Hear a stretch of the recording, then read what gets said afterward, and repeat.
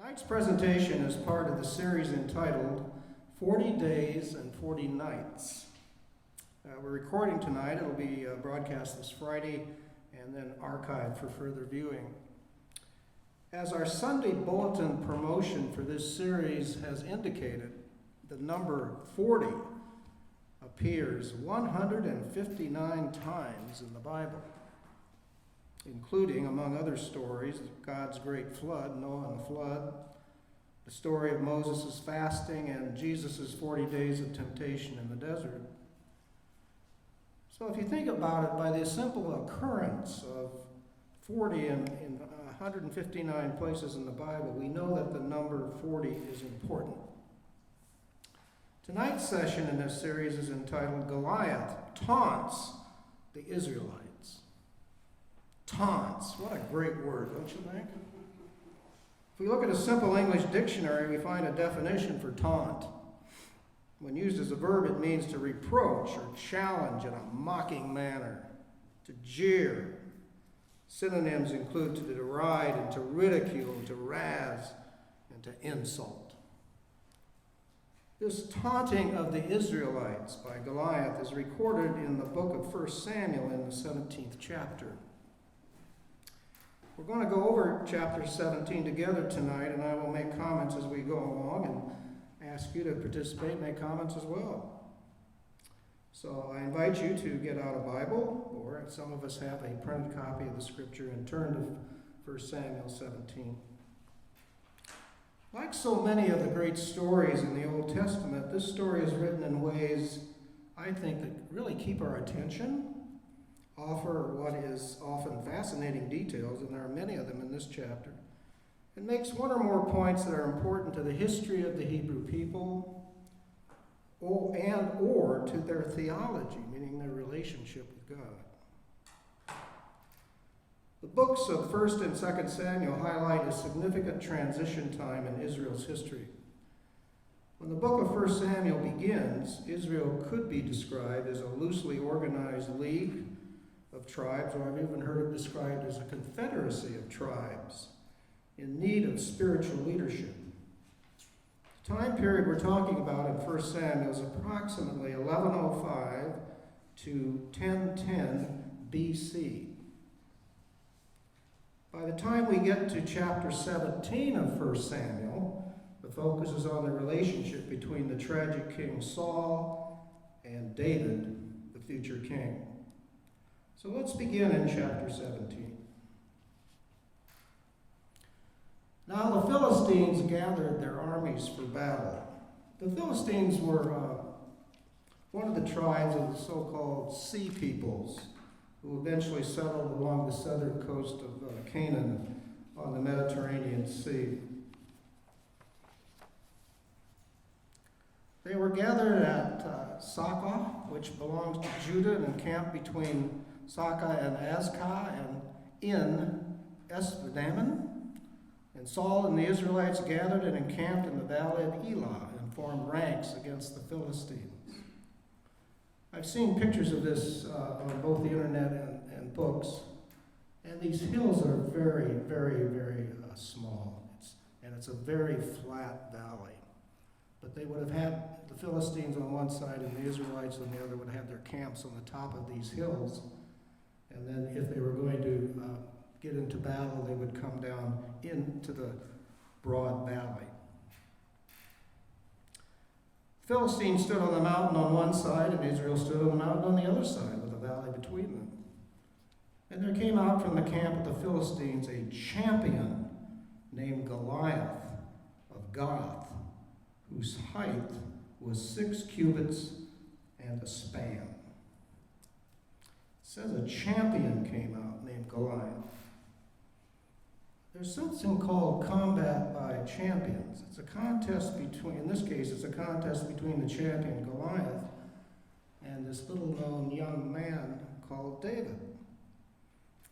And perhaps it's the best-known example from antiquity of this military conflict decided by a single combat, namely a fight between representatives of the warring factions intended to get an initial indication of how the general battle would go. Now, the logic behind this is this. Both sides, whether it was the Israelites believing in the one God with a capital G, or the Philistines believing in many gods with a small g, that these battles were ultimately decided by either God or the gods, and that the champion represented the more powerful deity would triumph. Now, this was just an initial showing of what it might look like. The two sides were not bound by this. If they wanted to go into battle with full regiments and so forth, they could. It was called combat by champions. 6 cubits in a span. Anybody know what 6 cubits in a span might be in terms of height? Well, 1 cubit is the distance from one's elbow to the tip of the middle finger. I won't do this another time. And a span was the distance from the tip of the thumb to the tip of the smallest hand when it's fully spread. So 6 cubits by any standard would have been over 9 feet tall. However, a number of Greek manuscripts reduce Goliath's height by about 1/3 to 4 cubits in a span, which would be about 6 feet 9 inches. And the theory there is that over time, the height of Goliath has been increased to embellish the story a little bit. Now, we can't prove that one way or another, but we do know that even though the Bible doesn't use the word giants, these people, these Philistines, were large, tall people. And there are some examples, I think found outside the Bible, archaeological samples where they have found people who would have been 9 feet tall. Now, you think about 9 feet tall. Most people in antiquity, in fact, most people up through the American Civil War, the average person was no more than either 5 foot or 5'2". So you can imagine how impressive this Goliath character would have been. He had a helmet of bronze on his head, and he was armored with a coat of mail. The weight of the coat was 5,000 shekels of bronze.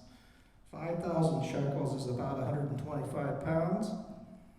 He had greaves of bronze on his legs and a javelin of bronze slung between his shoulders. The shaft of his spear was like a weaver's beam, and his spearhead weighed 600 shekels of iron, which would be about 15 pounds. Now, we get all this detail, obviously, to build up Goliath, don't we? All this interesting detail.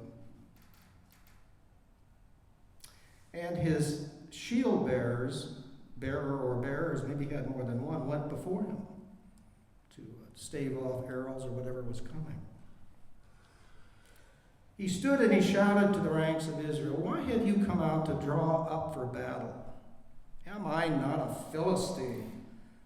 And are you not servants of Saul? Choose a man for yourselves and let him come down to me. If he is able to fight with me and kill me, then we will be your servants. But if I prevail against him and kill him, then you shall be our servants and serve us." And the Philistine said, "Today I defy the ranks of Israel. Give me a man that we may fight together." When Saul and all Israel heard these words of the Philistine, they were dismayed and greatly afraid. Taunting going on right here. Now David was the son of Ephraim of Bethlehem in Judah, named Jesse, who had 8 sons. And in the days of Saul, the man was already old and advanced in years. The 3 eldest sons of Jesse had followed Saul to the battle. The names of his 3 sons who went to the battle were Eliab, the firstborn, and next to him Abinadab, and the third Shammah. David was the youngest. The 3 eldest followed Saul. But David went back and forth from Saul to feed his father's sheep at Bethlehem. Taunting would be a strategy to wear down the enemy.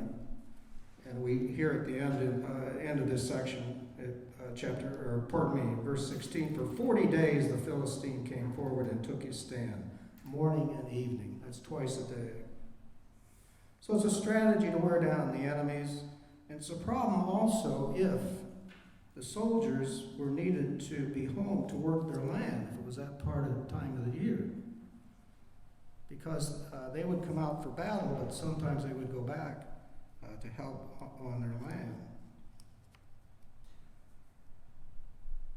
When Saul and all Israel heard these words of the Philistine, they were dismayed and greatly afraid. Meaning that Saul had no plan of responding. The taunting had so scared him, and of course he was arguably half mad, they had no response to this Philistine and the taunting. At 17, Jesse said to his son David, Take for your brothers an ephah of this parched grain and these 10 loaves, and carry them quickly to the camp to your brothers. Also take these 10 cheeses to the commander of their 1,000. See how your brothers fare, and bring some token from them. An ephah was about 36 pounds of grain. Now Saul, and they and all the men of Israel were in the valley of Elah, fighting with the Philistines.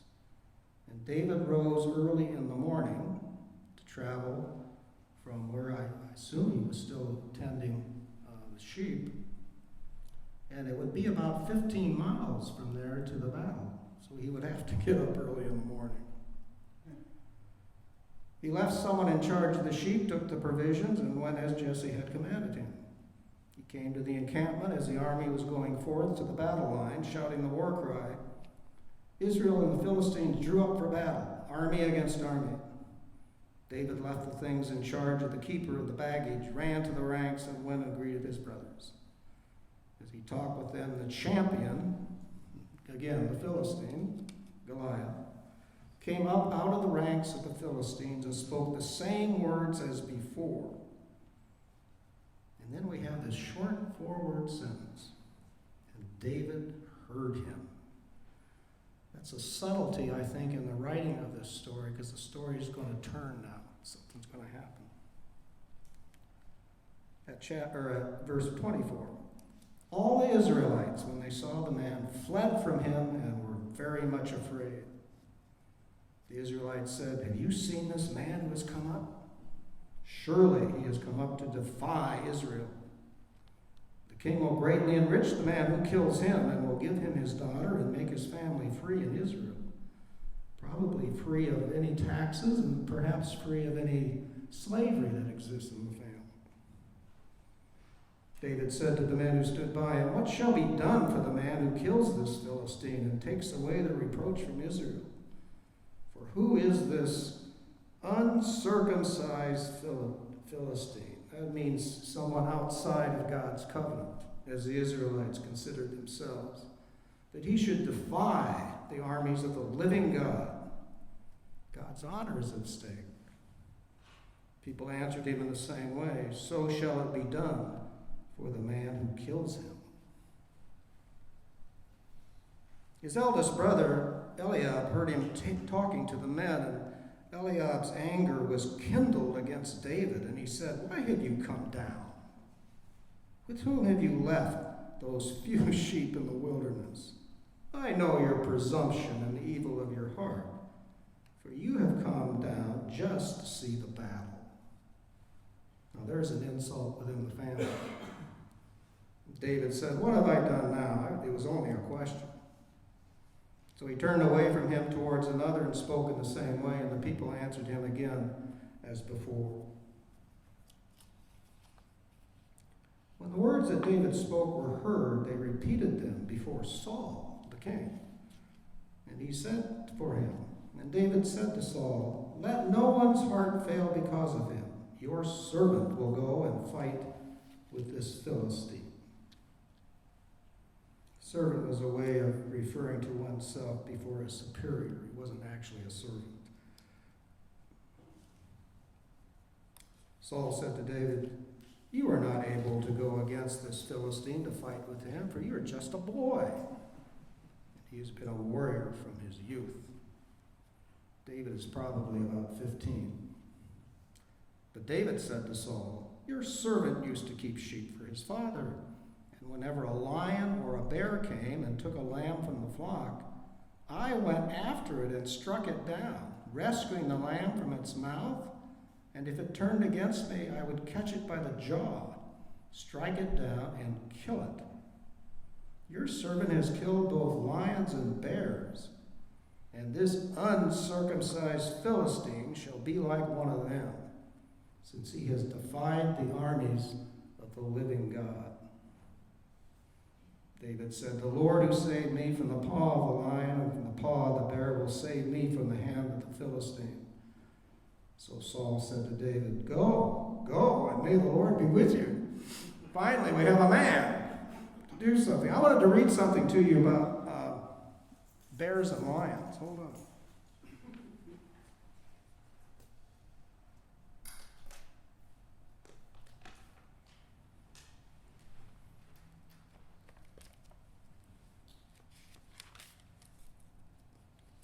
The lion, probably of the Asiatic variety, which closely resembles the African lion but is now virtually extinct. There are less than 300 still in the wild in northwest India and maybe 200 or so in zoos worldwide.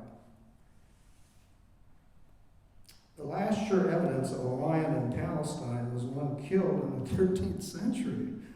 It's been a long time ago. The bear, it's going to be a brown bear, probably somewhat smaller than paler relative of the well-known grizzly. These paler than normal brown bears can still be found in parts of the Middle East, but they disappeared from the area around Israel in the first half of the 20th century. Just think they existed for that long.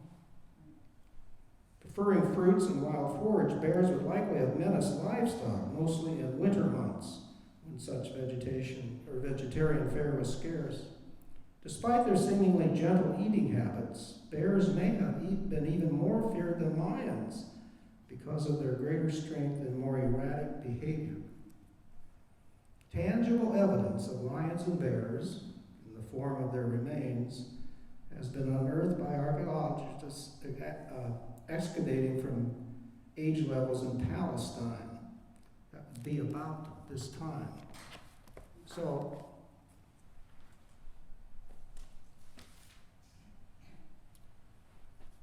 maybe David is not exaggerating.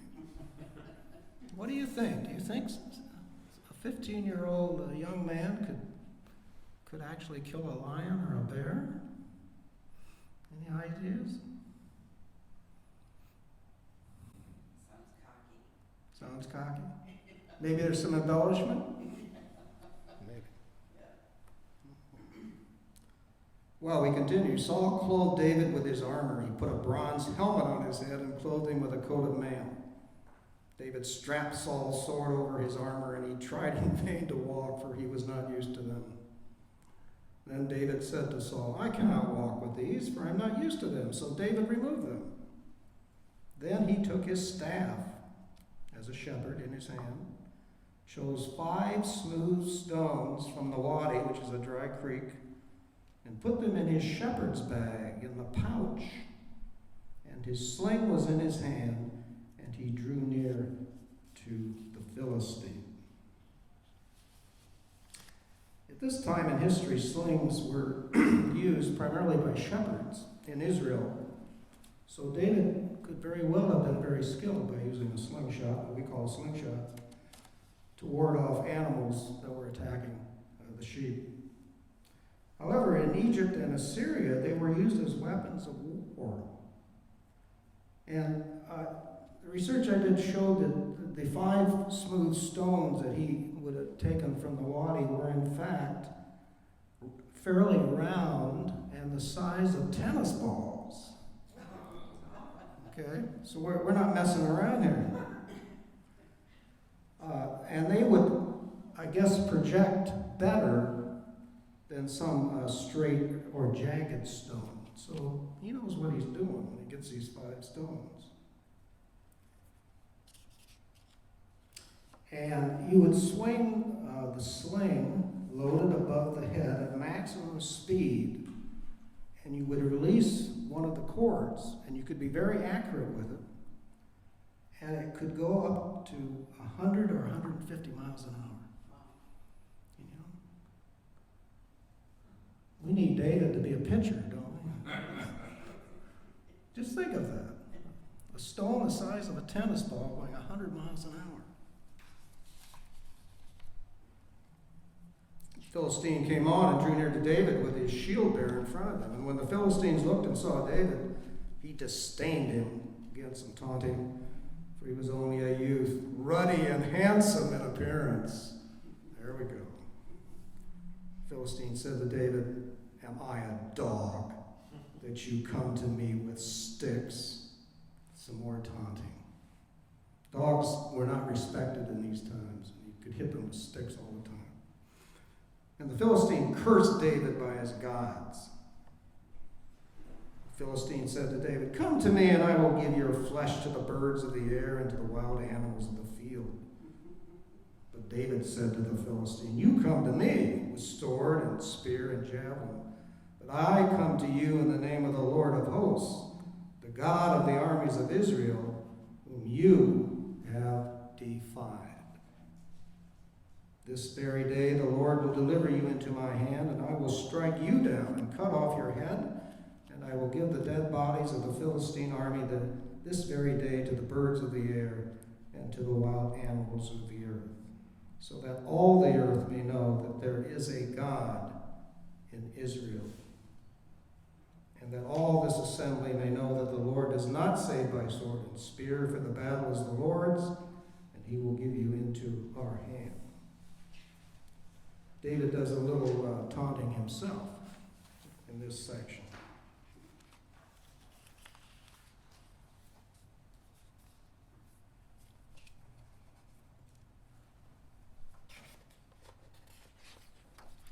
When the Philistines drew near to meet David, David ran quickly towards the battle line to meet the Philistine.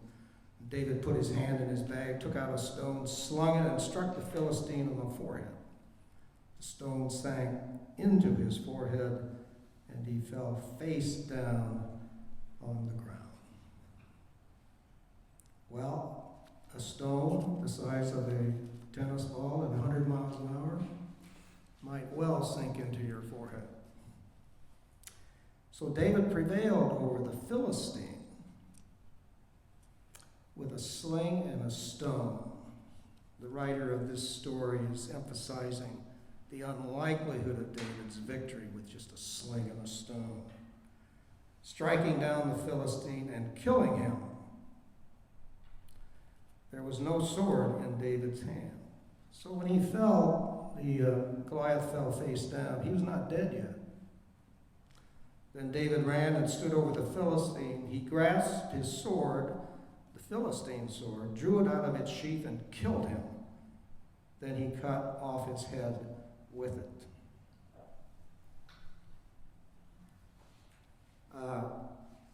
Beheading was very common at this time in history. And as we know in contemporary history, don't we? It's still done in the Middle East in particular.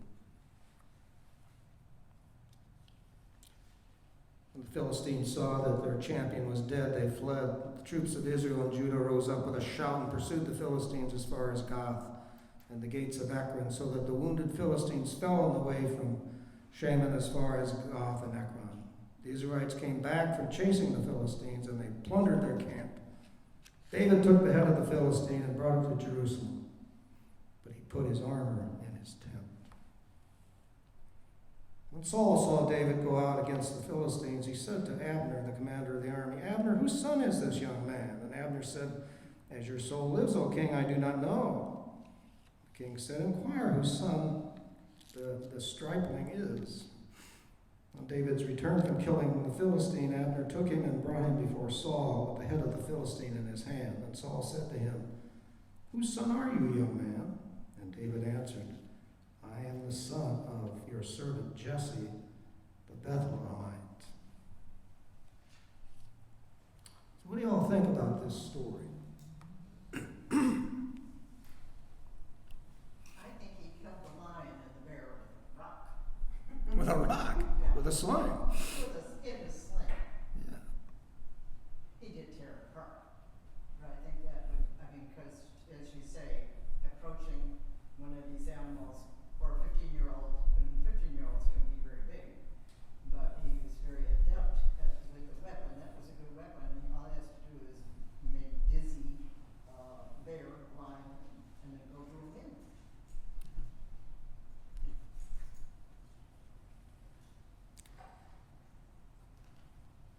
Now, I want to leave you with something to consider. I'm going to read a brief paragraph from a well-known survey of the Old Testament that raises questions about chapter 17. It is not that chapter 17 is not authentic, but it may cause us to wonder whether portions of chapter 17 were added later to 1 Samuel to build up David's reputation. Let me read that to you.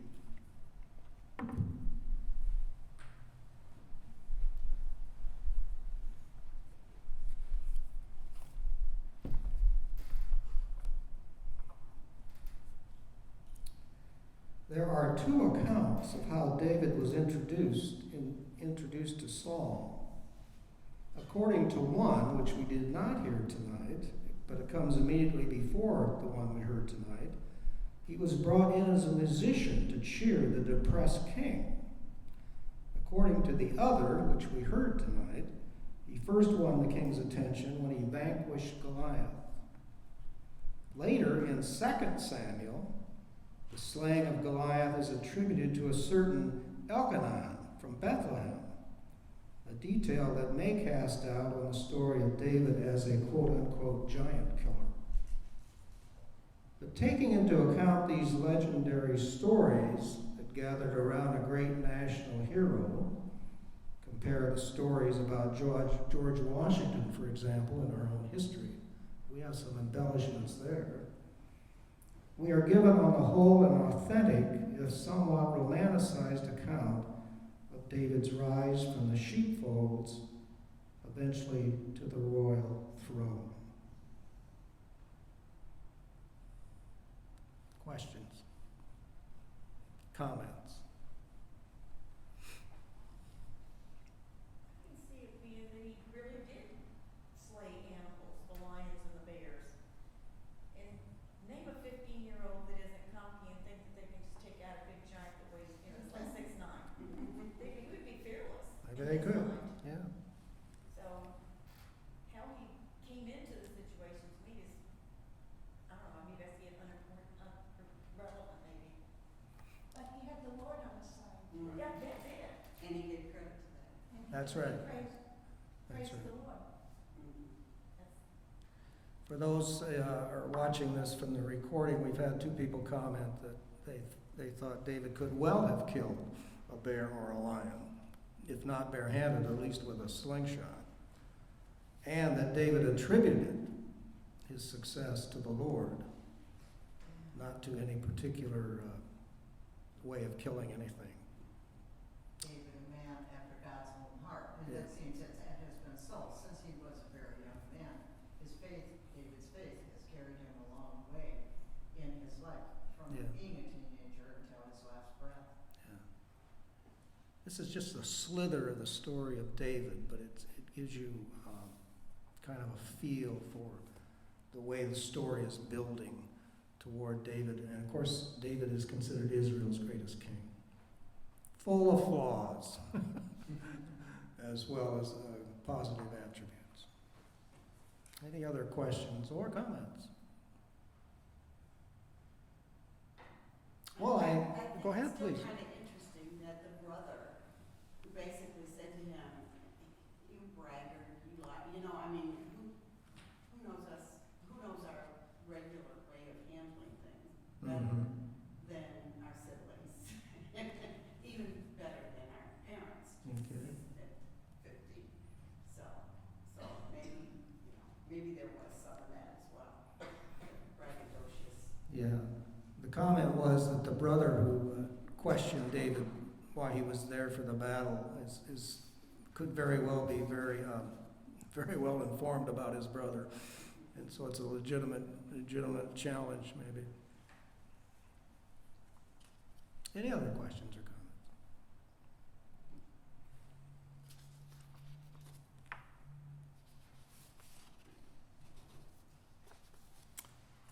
All right, I hope you've enjoyed this short presentation, and I hope it will prompt you to do some more Bible reading, especially in the Old Testament with all these great stories, in addition to any New Testament reading you should do.